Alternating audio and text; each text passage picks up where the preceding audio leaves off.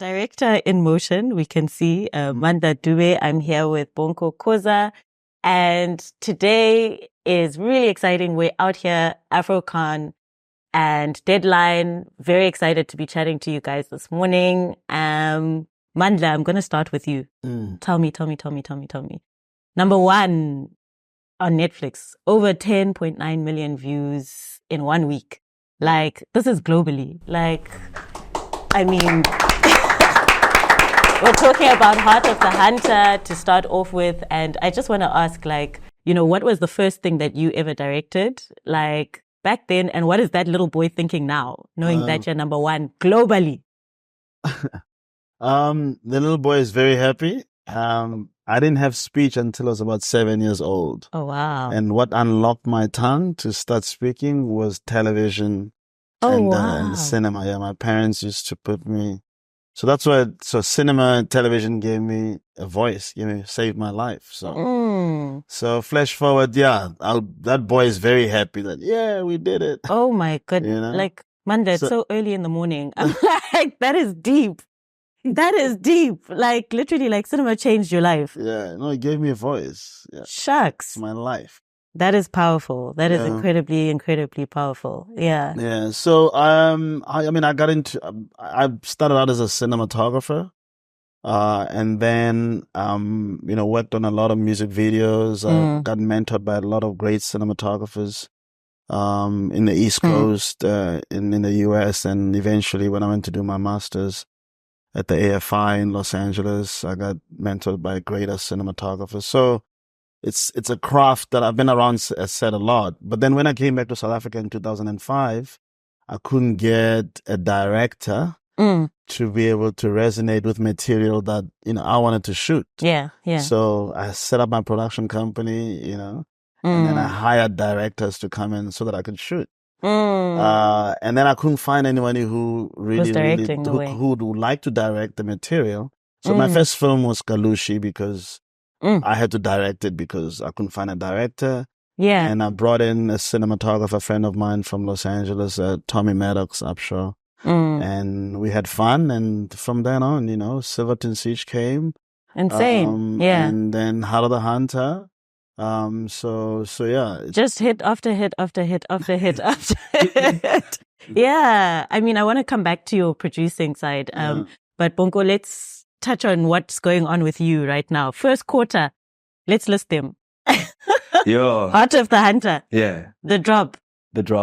What's the third one? Red Ink. Yeah. Like, you're literally being positioned as South Africa's leading man. Tell me what's up with that? And also, like, spoiler alert, you've also just had a new addition to your family. Yeah. Like, I think this is just like your year. You know, when you see those memes, it's my year. Like, it's your year. Wow. Like, how are you taking all of that?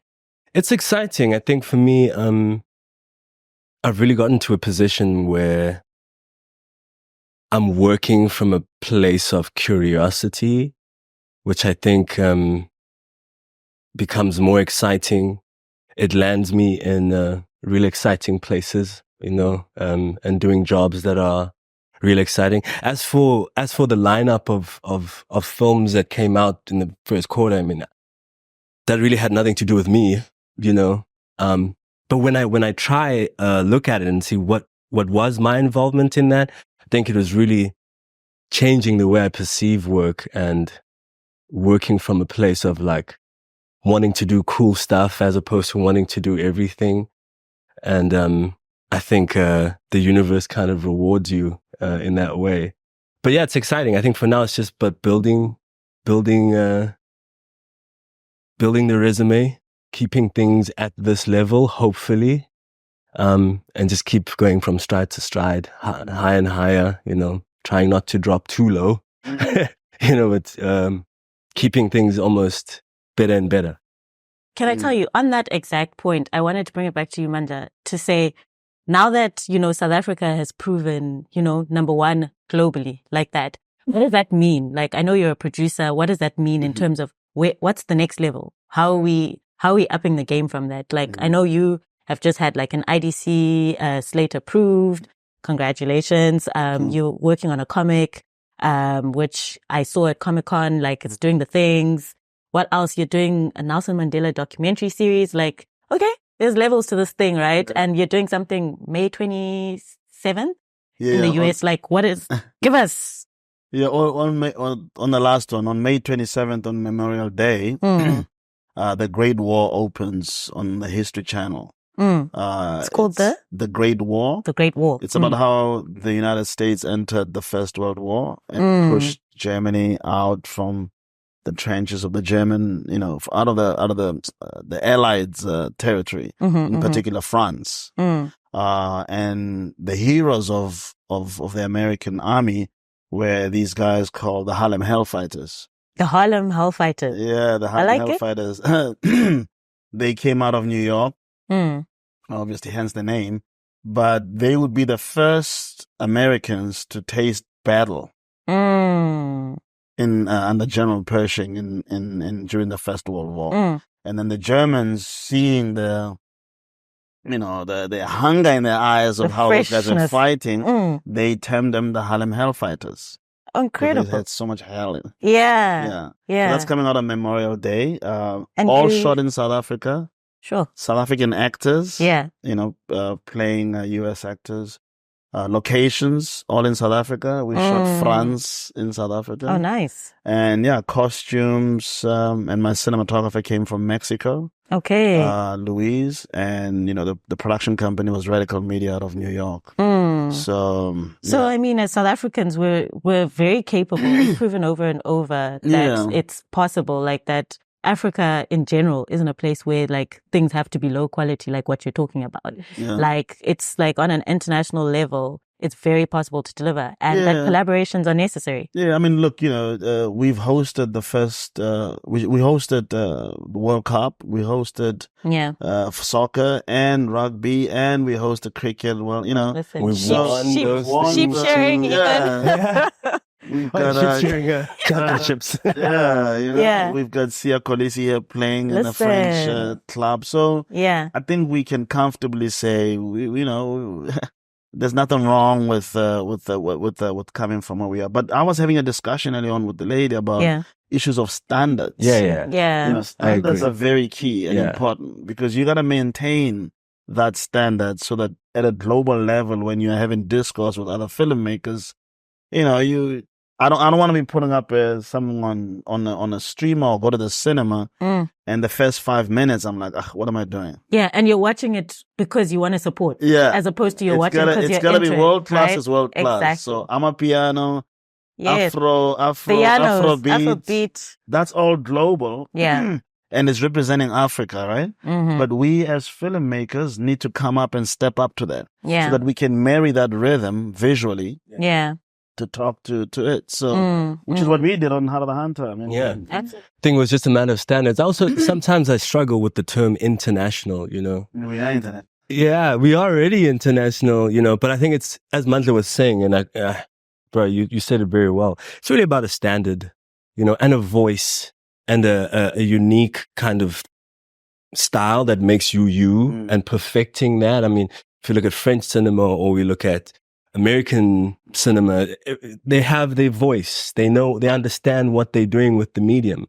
It doesn't necessarily make them better than Africa. It's just their way. It's just their way, right? So when Africans, I think when we take on this idea of international, I think it has potential to stray you from really the points of what you're trying to do. And what you're trying to do is find your identity within the medium, tell your truth in the best quality and standard that you can.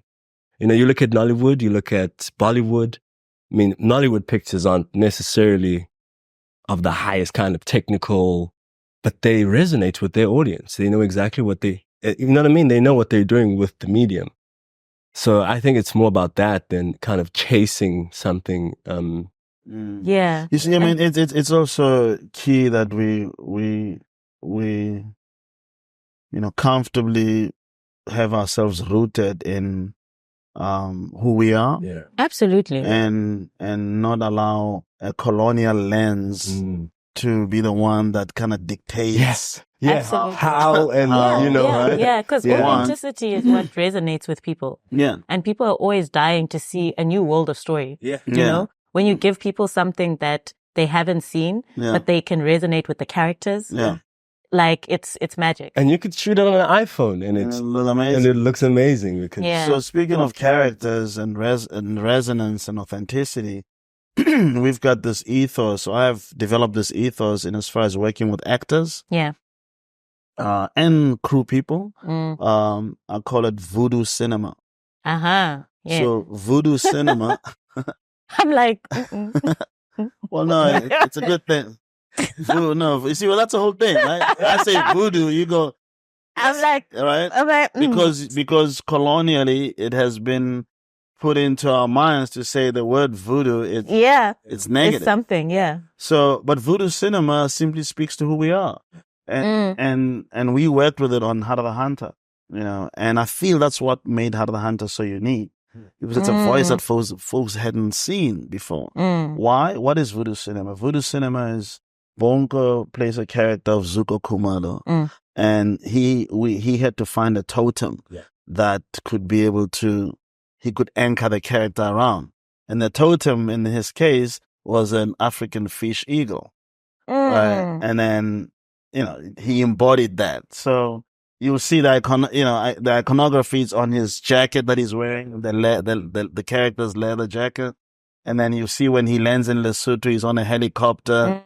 So, and then he sees an eagle. Yeah. So I don't know you want to talk more about preparation process. I really respected that process because it really begun at our truth as Africans. You know, as, you know, I'm Zulu.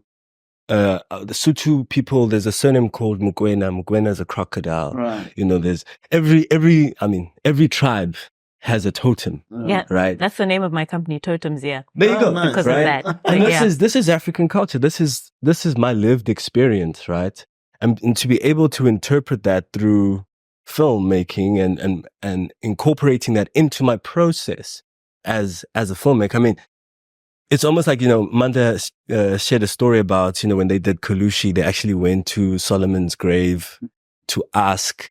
These are rituals that we do in real life as Africans. You know, whether you're getting married or something, you go to your grandparents' grave, you say, hey mom, or hey granddad, I'm getting married, bless this occasion or bless this time.